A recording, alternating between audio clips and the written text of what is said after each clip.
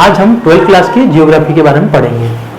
12th में geography की दो बुक्स चलती है, एक है मानव भूगोल के मूल सिद्धांत और दूसरा है भारत, लोक और अर्थव्यवस्था।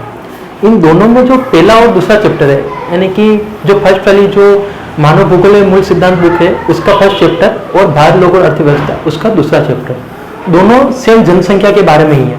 एक तो विश्व की जनसंख्या के बारे में है और दूसरी जो बुक्स है उसके अंदर है भारत की जनसंख्या के बारे में। तो हम दोनों इन चैप्टर्स को साथ में लेकर चलेंगे, जिससे समय भी बचेगा और समझने और पढ़ने में आसानी रहेगी। तो सबसे पहले हम स्टार्ट कर रहे हैं ये विश्व जनसंख्या वितरण घनत्व और वृद्धि से।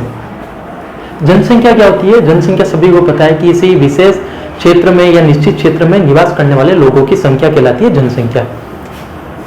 जनसंख्या की दृष्टि से चीन का विश्व में प्रथम स्थान है और भारत का स्थान द्वितीय नंबर पर। अगर 2011 की जनगणना के अकॉर्डिंग देखें तो भारत की जनसंख्या है 121 करोड़, परंतु वर्तमान में 2021 की अनुसार देखें, क्योंकि अभी तक कोई ऑफिशियल जानकारी आई नहीं है, अभी 2021 में जो जनगणना होने वाली थी वो हुई नहीं, पर फिर भी एस्टिमेट देखें तो कम से कम हम 130 करोड़ के प्लस हो चुके हैं। अब हम जनसंख्या घनत्व, पहला टॉपिक है जनसंख्या घनत्व, उसके बारे में देखेंगे। जनसंख्या घनत्व क्या होता है? एक वर्ग किलोमीटर क्षेत्र में निवास करने वाले लोगों की संख्या को जनसंख्या घनत्व कहते हैं। अर्थात कोई भी क्षेत्र हो उसको एक वर्ग किलोमीटर हमें लेना है और उसके अंदर कितने लोग रह रहे हैं उसको हम जनसंख्या घनत्व कहेंगे। अब अगर भारत का जनसंख्या घनत्व देखें तो 1951 में जो जनगणना हुई थी उसके अकॉर्डिंग था भारत का जनसंख्या घनत्व 117 व्यक्ति प्रति वर्ग किलोमीटर, परंतु 2011 की जनसंख्या के अकॉर्डिंग हो गया 382, यानी कि 382 व्यक्ति प्रति वर्ग किलोमीटर। जनसंख्या भारत में जनसंख्या काफी तेजी से बढ़ी है। अब जनसंख्या वितरण को प्रभावित करने वाले कारक, जनसंख्या जो वितरण है उसको कौन कौन से कारक प्रभावित करते हैं इसके बारे में हम पढ़ेंगे। नॉर्मली इन कारकों को हम अलग अलग भागों में बांट सकते हैं, जैसे भौगोलिक दृष्टि से, आर्थिक दृष्टि से और सामाजिक सांस्कृतिक दृष्टि से। सबसे पहले हम भौगोलिक दृष्टि से जो जनसंख्या वितरण को प्रभावित करने वाले कारक है उसके बारे में देखेंगे। सबसे पहला जो कारक है वो है जल की उपलब्धता। जल की उपलब्धता से अगर जल की उपलब्धता नहीं होगी तो उस क्षेत्र में जनसंख्या निवास नहीं करेगी। जैसे अगर आप देखो तो राजस्थान का जो पश्चिमी क्षेत्र है, मरुस्थलीय क्षेत्र है, वहां पर जल की उपलब्धता कम है, इस कारण से वहां पर निवास करने वाली जनसंख्या काफी कम है। वैसे मध्य प्रदेश जनसंख्या की दृष्टि से विरल प्रदेश होते हैं। जल की उपलब्धता क्यों चाहिए? क्योंकि जल होगा तो सिंचाई के लिए हमें जल उपलब्ध होगा, और अगर सिंचाई के लिए जल उपलब्ध होगा उससे हमें कृषि करने में आसानी होगी और खाद्यान्न जो होगा वो हमें मिलेगा। दूसरा, जल जो होगा, जल हमारे पेयजल के लिए आवश्यक है, इसलिए जल की उपलब्धता जो है ये जनसंख्या वितरण को प्रभावित करने वाला एक भौगोलिक कारक है। इसके साथ दूसरा देखें तो भू की आकृति, भू आकृति यानी कि कैसे मैदानी प्रदेश है या फिर पहाड़ी प्रदेश है, ये हम इसके अंदर देखते हैं। अगर भू आकृति में सबसे पहले देखें तो समतल जो मैदान होता है वो जनसंख्या की वितरण की दृष्टि से बहुत ही लाभदायक होता है। उस समतल मैदानों में अधिकतम जनसंख्या निवास करती है। जैसे आप लोगों ने देखा होगा गंगा के मैदान है, अथवा साथ में सिंधु के मैदान, ब्रह्मपुत्र के मैदान, इन क्षेत्रों में जनसंख्या बहुत अधिक निवास करती है। जैसे गंगा के मैदान वाला एरिया देखे जिसमें हरियाणा आता है, दिल्ली है, उसके बाद उत्तर प्रदेश, बिहार, पश्चिम बंगाल, इन क्षेत्रों में जनसंख्या बहुत सघन बसी हुई है, क्योंकि ये समतल मैदान इसीलिए जनसंख्या की दृष्टि से सघन क्षेत्र है क्योंकि यहाँ पर परिवहन आसानी से उपलब्ध है। इवन यहाँ पर नदियां बहती तो जल परिवहन भी सुलभ है। साथ में अगर जल उपलब्ध है तो यहाँ पर फसल भी होती है, प्लस इन क्षेत्रों में उद्योग अत्यधिक विकसित हुए, जिससे रोजगार की संभावना रहती है। अतः लोग यहाँ पर बसना ज्यादा अच्छा समझते हैं।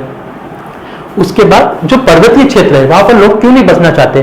क्योंकि परिवहन की दृष्टि से पर्वतीय क्षेत्र अत्यंत दुर्लभ, परिवहन की दृष्टि से अत्यंत कठिन क्षेत्र माने जाते हैं, क्योंकि वहां पर अत्यधिक अवरोधक है। साथ में कृषि व उद्योग के भी विकास नगण्य होते हैं। उसके बाद हम तीसरा कारक देखेंगे जलवायु। जलवायु से तात्पर्य है कि वहां का तापमान की दशाएं कैसी है, वहां का वातावरण कैसा है, वहां का वर्षा, आर्द्रता, ये सारे जो कारक है हम जलवायु के अंतर्गत देखते हैं।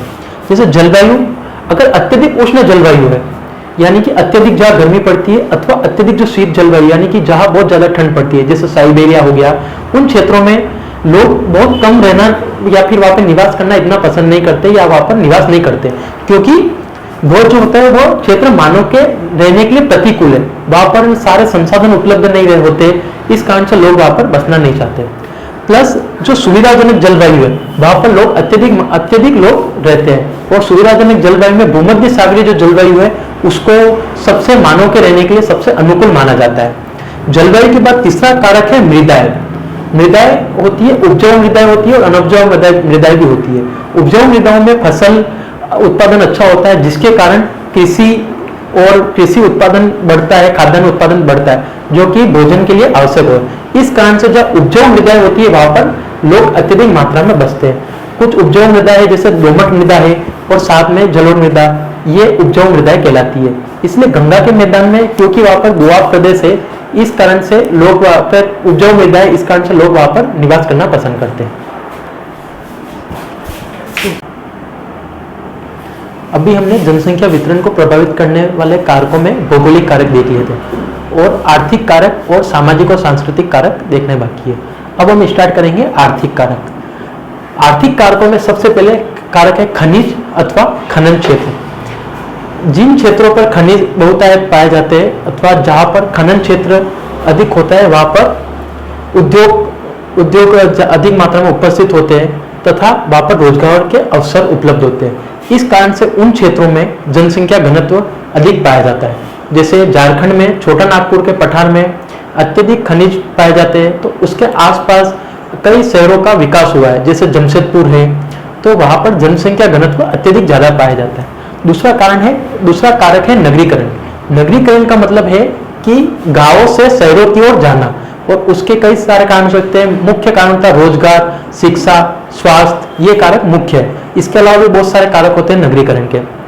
तो नगरीकरण लोग इसलिए करते हैं अच्छे बेहतर रोजगार के लिए, बेहतर स्वास्थ्य सुविधाएं पाने के लिए, शिक्षा के लिए, परिवहन के लिए, संचार के लिए, इन सब कारणों के कारण से लोग नगरीकरण करते हैं।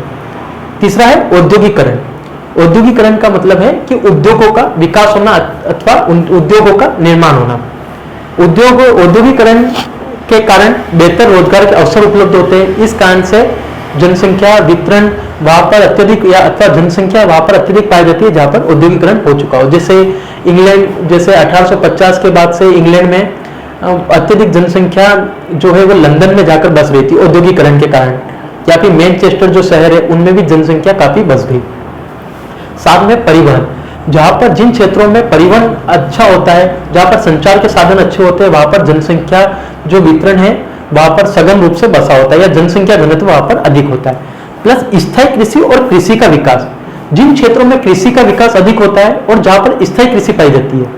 कृषि दो टाइप की होती है, एक होती है अस्थायी और एक होती है अस्थायी। स्थायी, अस्थायी में जैसे जमीन कृषि आती है जहां पर स्थायी रूप से उसका विकास नहीं हो, कि प्रतिवर्ष लोगों को कृषि करे और फिर कुछ साल वहां पर कृषि करने के बाद उस क्षेत्र को त्याग कर दूसरे क्षेत्र में चले जाते हैं, वो होती है अस्थायी कृषि। स्थायी कृषि होने के कारण लोग स्थायी रूप से वहीं पर निवास करते हैं और जनसंख्या वहां पर अत्यधिक बढ़ जाती है। इस तरह से आर्थिक कारक ये हुए। अब हम देखेंगे सामाजिक और सांस्कृतिक कारक।